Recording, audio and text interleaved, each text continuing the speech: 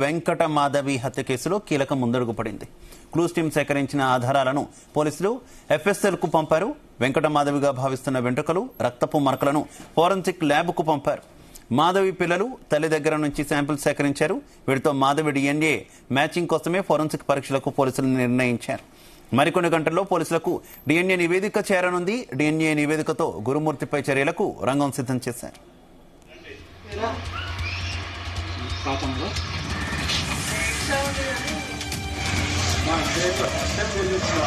ఈ హత్య కేసు దర్యాప్తులో భాగంగా బ్లూ రేస్ టెక్నాలజీస్ తో గురుమూర్తి ఇంట్లో ఆధారాలను పోలీసులు సేకరించారు.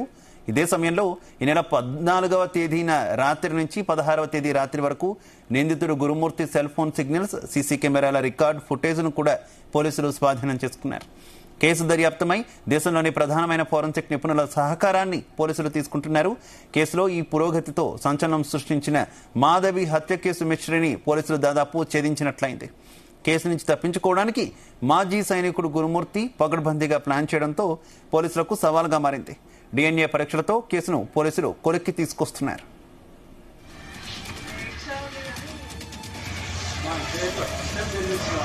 రైట్, ఇదే విషయానికి సంబంధించి మరింత సమాచారం మా క్రైమ్ బ్యూరో చీఫ్ రవితేజ అందిస్తారు.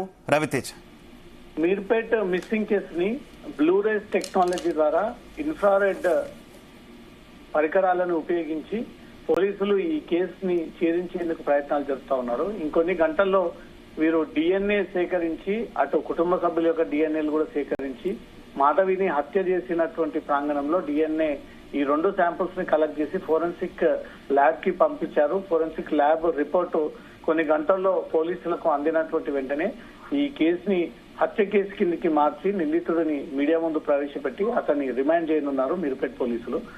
ఈ టెక్నాలజీని ఉపయోగిస్తామన్నట్టు కూడా ఇప్పటికే రాచకొండ పోలీస్ కమిషనర్ ఈ విషయాన్ని మీడియా ముందు అధికారికంగా తెలియజేయడం జరిగింది. నేషనల్ ఫోరెన్సిక్ టెక్నికల్ టీమ్ ని ఈ బ్లూ రేస్ టెక్నాలజీ ఉపయోగించుకొని ఇన్ఫ్రారెడ్ ద్వారా DNA టెస్ట్ ల్యాబ్స్ ద్వారా గుర్తించి వీటి ద్వారా ఈ కేసుని ఛేదించబోతా ఉన్నామంటూ కూడా పోలీసులు ఇప్పటికే అఫీషియల్ గా తెలియజేయడం జరిగింది. ఆ రోజు 14, 15, 16 ఈ 3 తేదీలలో గురుమూర్తి ఫోన్ ఎక్కడుంది, తన భార్య మొబైల్ ఎక్కడుంది, ఇద్దరు ఒకే చోట ఉన్నటువంటి టవర్ లొకేషన్స్ అన్ని కూడా బయటికి తీస్తా ఉన్నారు. ఇది కూడా టెక్నికల్ గా పోలీసులకు ఆధారం కిందకి యూజ్ అయ్యేటువంటి అవకాశం ఉంది. తన భార్యని 15వ తేదీ నాడు సాయంత్రం హతమార్చినట్టుగా కూడా ప్రాథమికంగా పోలీసుల విచారణలో తేలింది. కాబట్టి 15 తర్వాత తన భార్య మొబైల్ ని ఏదైనా స్విచ్ ఆఫ్ చేసి తీసుకెళ్లి ఎక్కడైనా దాచిపెట్టి ఇలా వ్యవహరించి ఉండవచ్చు అనే దానిపై కూడా పోలీసులకు కొన్ని అనుమానాలు ఉన్నాయి. కాబట్టి 2 టవర్ లొకేషన్స్, ఎప్పుడు మాధవికి చెందినటువంటి మొబైల్ స్విచ్ ఆఫ్ అయింది, ఎన్ని గంటల్లో యాక్టివ్ గా ఉంది, ఇద్దరు ఒకే చోట ఉన్నారు అనే దానికి ప్రధాన కారణాలన్నీ కూడా మీర్పేట్ పోలీసులు ఈ టవర్ లొకేషన్ సంబంధించినటువంటి డేటానంతా కూడా బయటకు తీస్తా ఉన్నారు. ఒక పక్క టెక్నికల్ సైంటిఫిక్ ఎవిడెన్స్, మరో పక్క బ్లూ రేస్ టెక్నాలజీ ఉపయోగించుకొని ఇన్ఫ్రారెడ్ ద్వారా దొరికినటువంటి బ్లడ్ శాంపుల్స్, DNA అన్ని కూడా ల్యాబ్ కి పంపి ల్యాబ్ నుంచి వచ్చినటువంటి రిపోర్ట్ ని టెక్నికల్ ఎవిడెన్స్ గా భావించి దీంట్లో సైంటిఫిక్ ఎవిడెన్స్ అయినటువంటి టవర్ లొకేషన్స్ కూడా బయటికి తీసి కాల్ డేటానంతా కూడా బయటికి తీస్తా ఉన్నారు. హత్య కంటే ముందు, హత్య తర్వాత ఈ సమాచారాన్ని ఎవరికైనా షేర్ చేసి ఉన్నాడా, ఈ విషయాన్ని ఎవరికైనా ముందస్తుగా ఇన్ఫర్మేషన్ ఇచ్చి ఉన్నాడా అనే ఒక కోణంలో కూడా మీర్పేట్ పోలీసులు అన్ని వివరాలు సేకరిస్తా ఉన్నారు. త్వరలో అతి తొందరగా ఈ కేసుని ఛేదించేటువంటి ప్రయాణంలో ప్రత్యేక టీమ్స్ ఏర్పాటు చేసి ల్యాబ్ నుంచి వచ్చినటువంటి రిపోర్ట్ ని జతపరిచి టెక్నికల్ గా ఎవిడెన్స్ అంతా కూడా కలెక్ట్ చేసి ఇవన్నీ కూడా కోర్టులో ప్రొడ్యూస్ చేసి నిందితుడిని రిమాండ్ చేసి అతనికి సంబంధించినటువంటి వివరాలన్నీ కూడా మీడియా ముందు ప్రవేశపెట్టడానికి మాత్రం పోలీసులు ప్రయత్నాలు జరుపుతా ఉన్నారు.